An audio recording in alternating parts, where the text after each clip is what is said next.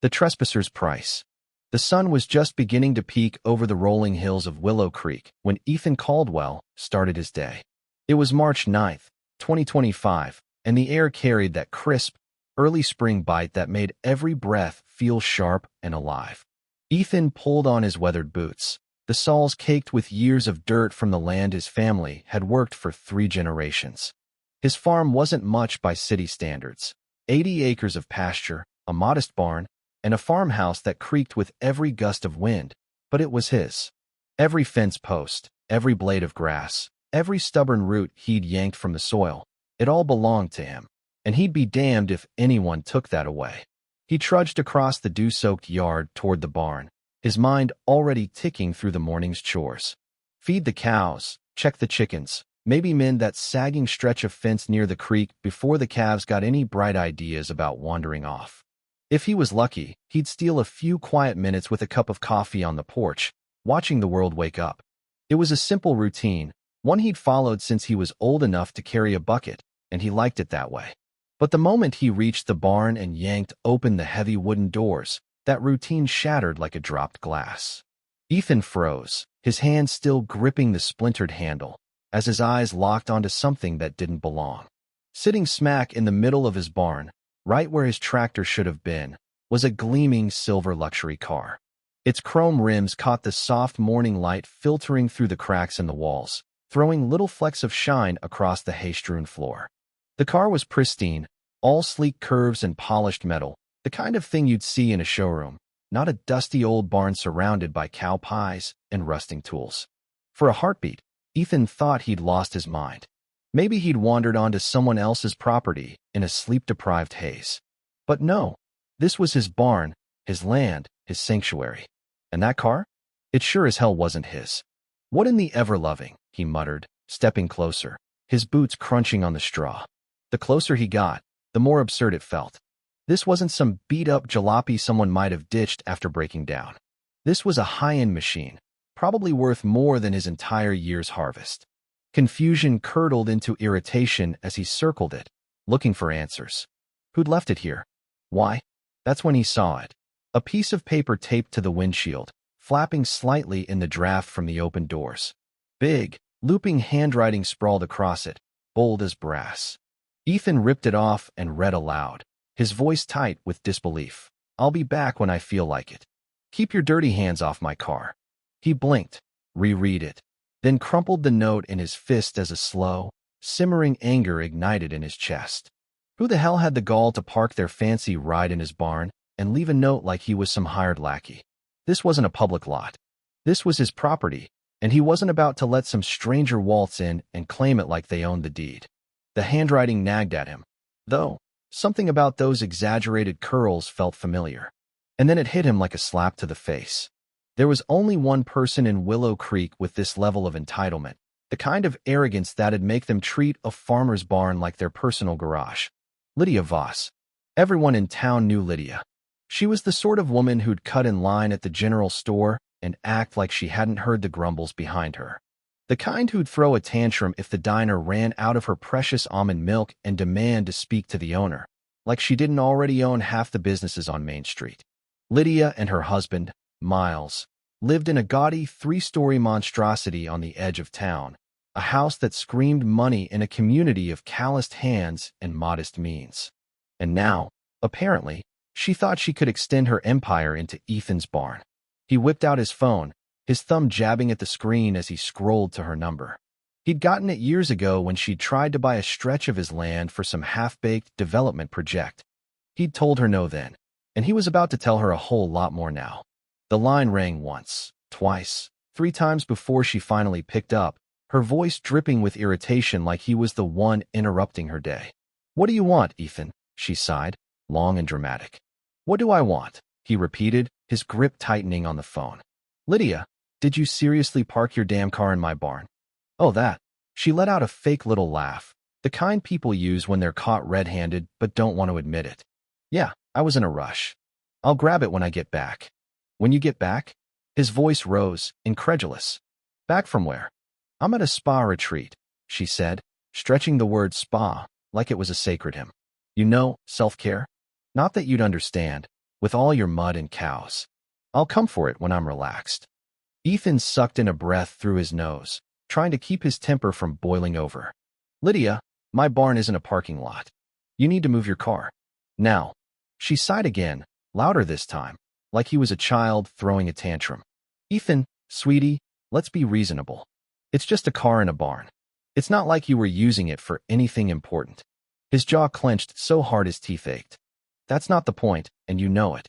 Well, I'm not cutting my retreat short just because you're having a meltdown, she snapped. You'll live. And with that, she hung up. Ethan stared at his phone, the silence buzzing in his ears. Did that just happen? Did she really just dismiss him? On his own land? Like he was some nobody she could brush off? The anger he'd been holding back surged, hot and sharp, flooding his veins. Lydia Voss thought she could dump her car here, treat him like dirt, and saunter back whenever she pleased? Oh, she had another thing coming. He stormed back to the farmhouse, his mind racing. Talking to her wasn't going to work, she'd made that clear. But he wasn't about to let this slide. This was his farm, his rules. And if Lydia wanted to play games, he'd show her what happened when you messed with a Caldwell. By the time Ethan's pickup rattled into town, the sun was climbing higher, casting long shadows across the cracked pavement of Main Street. Willow Creek wasn't much to look at. A handful of brick storefronts, a diner that hadn't changed its menu since the 70s, and a gas station that doubled as the local gossip hub. But it was home, and Ethan liked it that way. What he didn't like was the idea of Lydia Voss turning his barn into her personal storage unit. He pulled up to the Voss's house, a sprawling monstrosity that loomed over the modest bungalows around it. 3 stories of glass and white stucco, it looked like it had been plucked from some ritzy suburb and dropped here by mistake. The lawn was manicured to perfection, the kind of green that only came from hired help and too much water in a town where every drop counted. Ethan parked, killed the engine, and took a deep breath. He wasn't here to start a fight, not yet, but he needed answers. He knocked on the door, the sound echoing off the polished wood. A moment later, it swung open, revealing Miles Voss. Lydia's husband was decked out in a golf polo and khakis, sipping a neon green protein shake that smelled faintly of kale. He barely glanced up from his phone, giving Ethan a lazy once-over. Yeah, Miles said, like Ethan was a delivery guy dropping off a package. Ethan forced a tight smile, though his fists itched at his sides. Hey, Miles. Lydia left her car in my barn. Can you move it? Miles took a slow sip of his shake, then chuckled, a low, dismissive sound that set Ethan's teeth on edge. Nah. Ethan blinked. Nah. Yeah. Miles leaned against the doorframe, finally looking up. His eyes were bored, like Ethan was asking for a favor instead of demanding his own property back. She told me you'd call. Said you'd make a fuss. Look, man, it's just a car. Relax. She'll get it when she gets it. She trespassed on my land. Ethan snapped, his voice sharpening. Parked in my barn without asking. That's not something I'm gonna relax about. Miles shrugged, unbothered. You farmers take everything so personally. It's not like she plowed through your fields. What's the big deal? Ethan's hands curled into fists, and he had to remind himself that decking a guy on his own porch wasn't the smartest move. Miles wasn't worth the hassle, not yet. Instead, he turned on his heel and stormed back to his truck, muttering curses under his breath. If Lydia and Miles thought they could brush him off, they were dead wrong. Talking wasn't working. Time to try the law. The sheriff's office was a squat brick building on the edge of town, its faded sign creaking in the breeze. Sheriff Amos Tate was behind the desk when Ethan walked in, his boots thudding against the linoleum. Amos was an old-timer, his face weathered from decades of sun and small-town drama. He'd seen everything from bar fights to lost livestock, and he had a way of cutting through nonsense with a single look. Morning, Ethan, Amos said, glancing up from a stack of paperwork. You look like someone pissed in your coffee. Close enough, Ethan replied, dropping into the chair across from him. He laid out the story, Lydia's car, the note, her attitude, Miles's indifference. Amos listened, his expression shifting from mild amusement to a tired sigh. Technically, it ain't illegal, he said when Ethan finished, rubbing his temples. Annoying as hell, sure. But unless she damaged something or refuses to leave after a proper warning, my hands are tied. So I'm just supposed to let her get away with it? Ethan demanded, leaning forward. Amos gave him a long, steady look, then lowered his voice. I can't tell you what to do on your own land, son. But if I were you, I'd make damn sure she never pulls this again. Ethan met his gaze, and a slow grin spread across his face. The sheriff wasn't telling him to break the law, just to get creative. And creative was something Ethan could do. He tipped his hat. Think I've got just the thing, Sheriff. By the time he got back to the farm, his frustration had morphed into something else. Pure, unfiltered mischief. Lydia wanted to treat his barn like her personal parking space? Fine. But she was about to learn what happened when you crossed a farmer with a point to prove. He headed straight for the manure pile out back, a steaming, pungent heap of cow, horse, and pig droppings that had been baking in the spring sun. It was the good stuff, the kind of stench that'd make your eyes water from 10 yards away. And it was calling Lydia's name. He grabbed a shovel and started pacing, his mind buzzing with possibilities. This wasn't just about moving her car anymore. This was about sending a message, one she'd never forget. Ethan stood by the manure pile, shovel in hand, inhaling the sharp, earthy scent of what he'd already dubbed justice. The pile was a masterpiece, fresh, wet, and reeking enough to peel paint off a barn. He wasn't the type to start trouble, but if someone dragged him into it, he wasn't about to lose. And Lydia? She'd just declared war. He pulled out his phone and dialed Noah Harper, his best friend since they were kids stealing apples from Old Man Grady's orchard.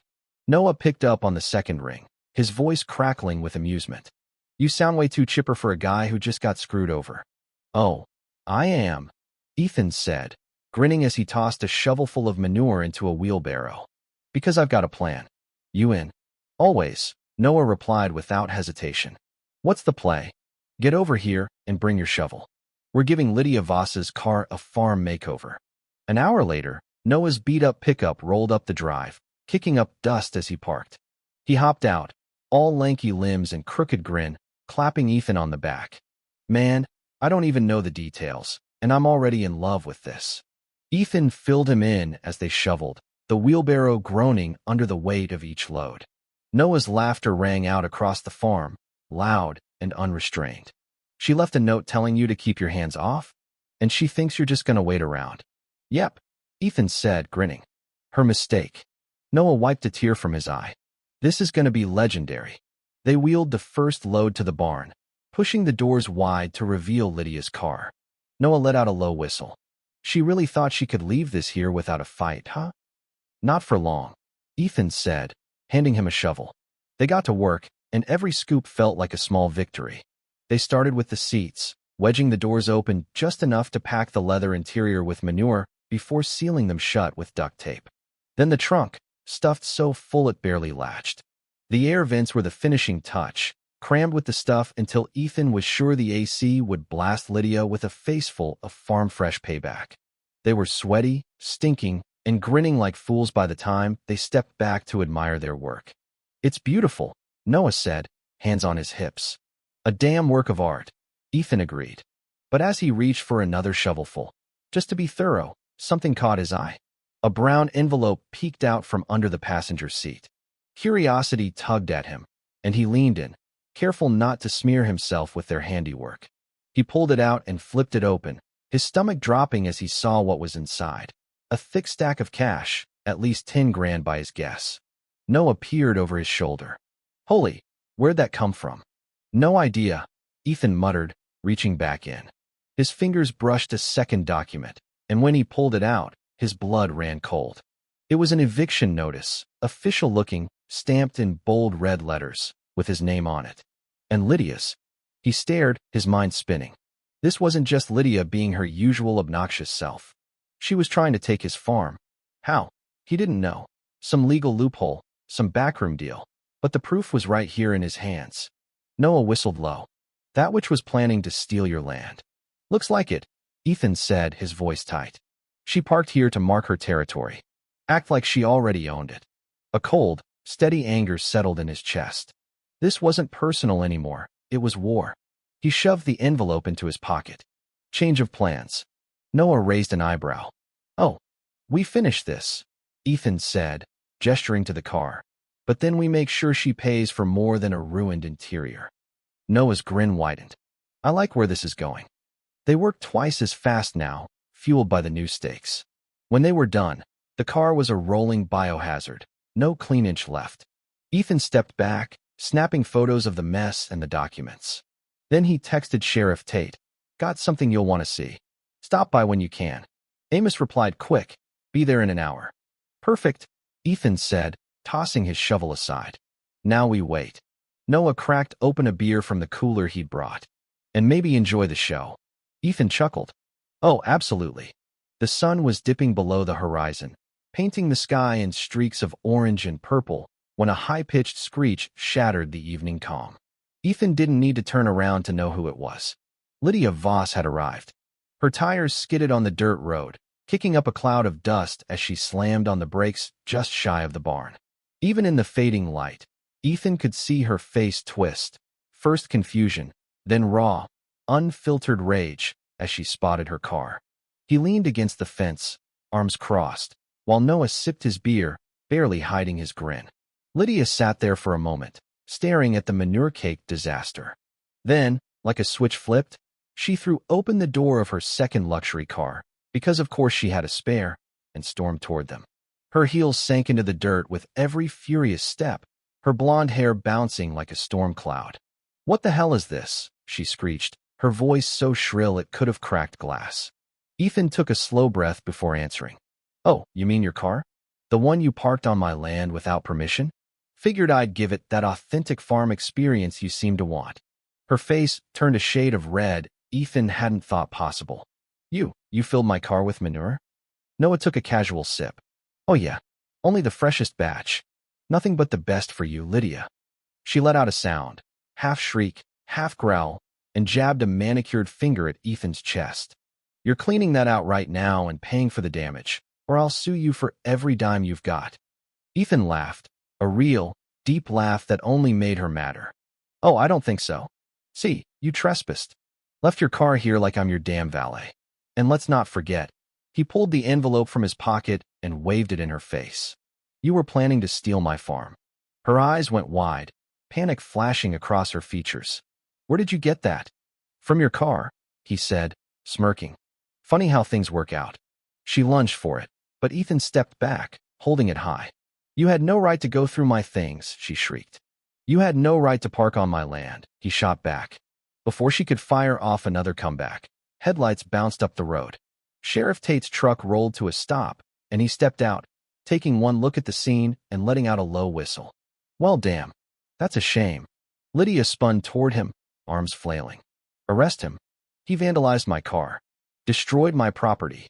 Amos raised an eyebrow and turned to Ethan. "That true?" "Depends," Ethan said with a shrug. "Is manure vandalism if it's in a car parked on private property without permission?" The sheriff looked back at Lydia, who was practically vibrating with fury. "You left it here without his say-so?" "It's just a barn," she snapped. "He wasn't using it." Amos sighed, pulling out his notepad. "Lydia, you can't park on someone's land without permission. That's trespassing." Her mouth flapped open and shut. "I didn't trespass. I borrowed the space."